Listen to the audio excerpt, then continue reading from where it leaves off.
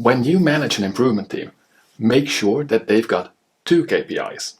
I'll explain you why. Hello, I'm Tom. Welcome to my channel where we talk about continuous improvement in an industrial setting. But today's video is actually very useful for basically any improvement setting. So services, IT, whatever, where you are making improvements, this is a key concept for managing teams and then improvement teams, right? And that is that you need to give them 2 KPIs. And that has to do with you want them, to generate benefit for the company, but you also want to give them a very specific scope that they can work on.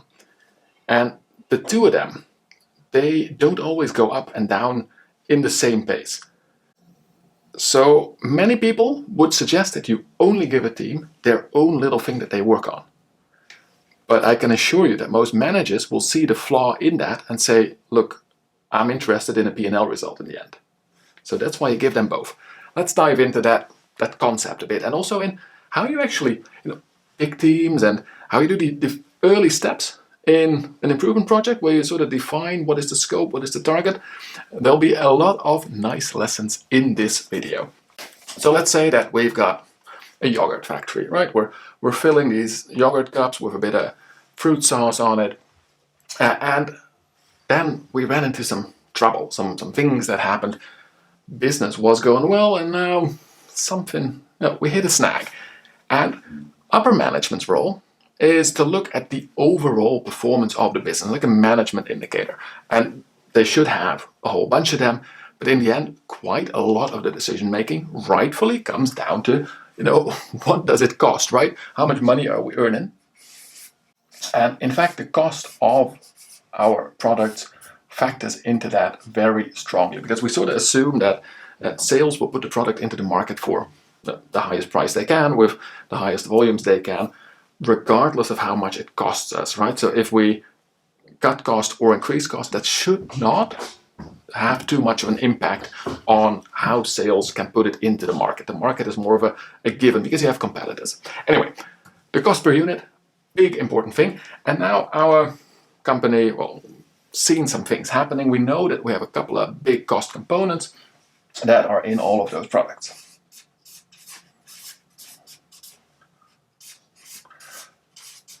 So we've got our labor, our material, and then something I would call the fixed cost per unit, right? So fixed cost is not in the units, but you spread it out when you budget, you sort of spread it out over the total volume that you make. And then afterwards, month on month or whatever time period, you can check where we are sitting right now. And let's say that our labor cost, it's a big part. So what most people will recommend you do is to make sort of a Pareto diagram to choose what to fix at. So we have got a couple of costs.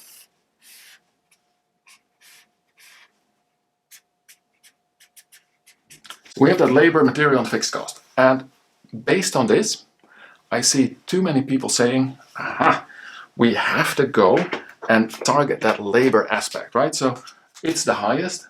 So that's why let's pick that one. We can make the most cost saving on that. Labor doesn't have to be highest in your factory, but just the one that is highest in cost per unit. But what I would really ask you to do is look more at changes and more potential. So let's say that labor was showing something like this. It went from 50 to 55. And materials, they also had a similar trend. And of course our fixed cost per unit as well. Now, maybe you can already see some of what my hypothetical situation would be asking for. Let's put them into our Pareto as well. So these used to be the previous levels. And in the previous levels, labor was on top completely. So you might say, so that confirms that we have the labor problem to contend with. But I would say, no, look at the extra cost that we made. We can sort of assume that when this is a performance issue, like you should not be putting price effects in these comparisons. So when this is a performance issue, you can probably get back to the previous performance levels, right? So let's look at how big they are, and then we see that we should probably be focusing on material problems in this one. Now, of course, you can do a project where you go and decrease labor, but since we haven't proven a labor level of less than 50 cents per unit, it's gonna take quite a bit of redesign. So, difficult one to pick. That is why we check that difference, that the variance, the difference. So we check the potential that we assume we can get. And when you see these previously proven levels go up a lot, then we know that there is quite a strong potential. Now, there are other ways to determine potential, and that is definitely okay if you use other ways, but this, especially when we're like problem solving, is way more important. Now, what did I then say about money and the mode? The mode, we haven't gotten there yet. So when we this way have said, the management indicator was just money, and we have a couple of financial numbers, we're going to pick that material cost per unit. That is going to be the performance indicator. But let's split that out. So one of the things we saw is that we've got a bunch of breakdowns. And because of breakdowns, we sort of went down in volume. But there's also a whole bunch of defects. In total, we're making less product come off the belt. But the biggest thing is that we're producing so much defects that we are not just not producing the product, we are filling the cups with something, so we're spending a whole bunch of material cost and then not getting that out of the door and having to throw it away. That is expensive. So let's check the defects. For that, I'll have to draw a bit. Didn't fully prep this drawing, so bear with it.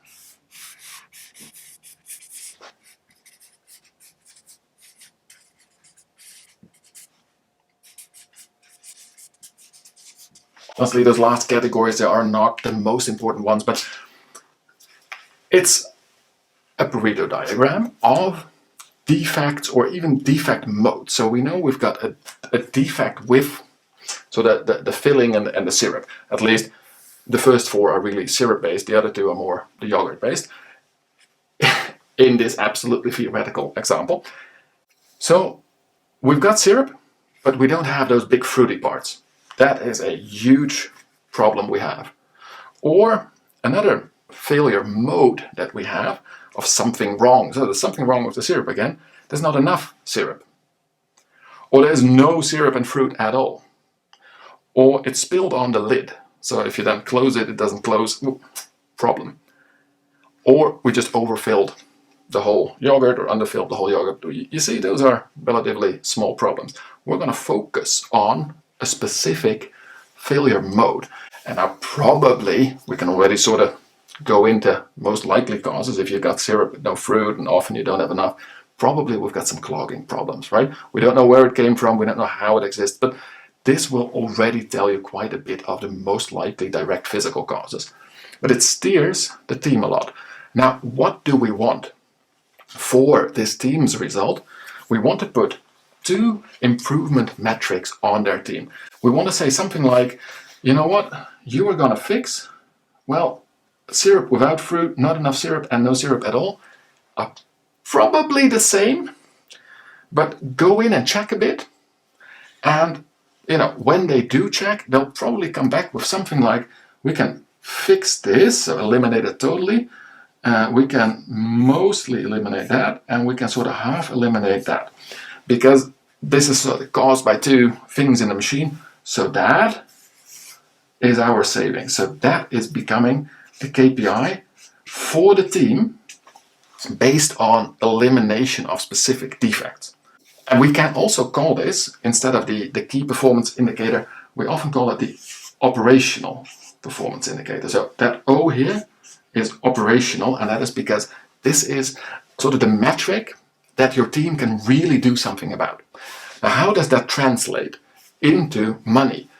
This, if you are in that CI, the quality, the management side of things, so if you're sort of supporting or sponsoring the team, that is your job to find that out together with the finance department.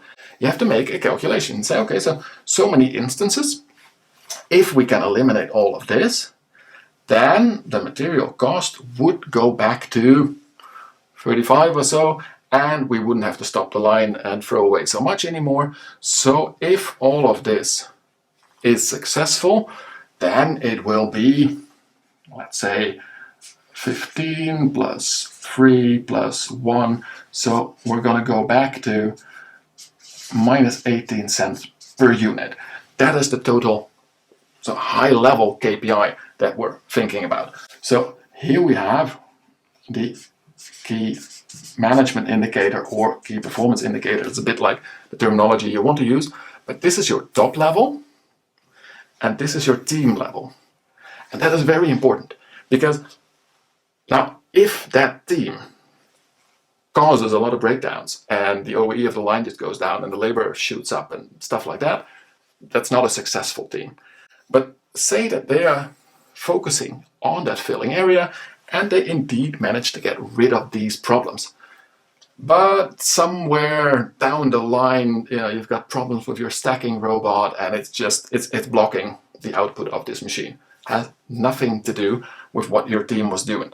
But because then you're fixed and your labor will go up, your cost per unit is not really increasing.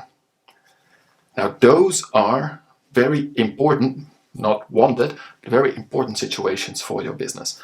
And in those type of situations, you want to still be able to say this team did a very good job. And also management and production line management, right, should be really looking into that other cause as well, with its own separate problem solving, with its own focus on that problem specifically. But you can still say, if we wouldn't have solved this problem, the cost would be even higher because you have the double whammy effect. So that's why you split out this OPI or the team KPI. Now the reason why we also absolutely want to keep that one in the loop is basically that same sort of situation.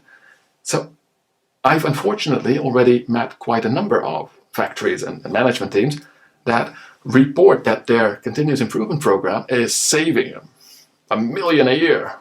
Great, wonderful. And then when you go to the factory, you see that the P&L is about 1.5–2 million worse than last year.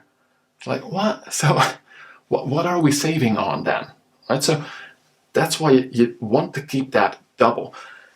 You need to be working on that bottom line effect by doing something about the cost of your entire organization, the effectiveness of your entire organization. If that is purely a price effect, difficult to do much about it purely with operational excellence.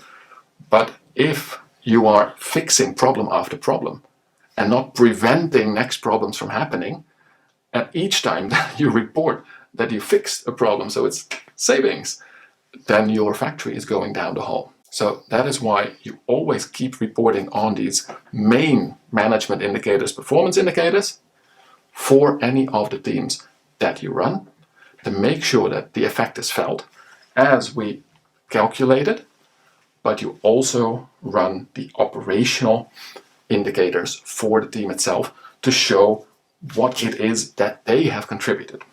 Now, if you want some more info on how to calculate those things, I have got a nice new course out, and I would absolutely invite you to go check it out and do that course on how do you actually calculate those savings, because labor savings, material savings, they are quite tricky to do. It's fixed. They are usually fixed, right? So how do you actually calculate how you can save on more volume or lower price? Or there is a whole bunch of specific things that I think would be super interesting for you to have a good view on how you should be saving and how you should be reporting your savings. And that will strengthen you to go to your finance department and make sure you have a good set of rules that you can use within your operation, and that it's also clear to you, finance, and the people actually doing all of the improvement teams, how you sort of value the improvement efforts that they do. So check out that nice savings course. And even You know me, it's sort of, I give most of this content away for free. Much of what is in the course will also piece by piece be in all kinds of videos that I have, but you know, this one is nicely structured. You have a whole overview, and also maybe you just seen so much of the video content I put out already that you want to support the channel. That is a great way to do it. So in advance, I will thank you for getting into that course. Do check it out through the link. But for now, make sure that your teams have that double target, their own direct thing that they will be eliminating or improving or working on, and the benefit to your company. So for now, I leave you with that, and as always, I wish you to enjoy the continuous improvement journey.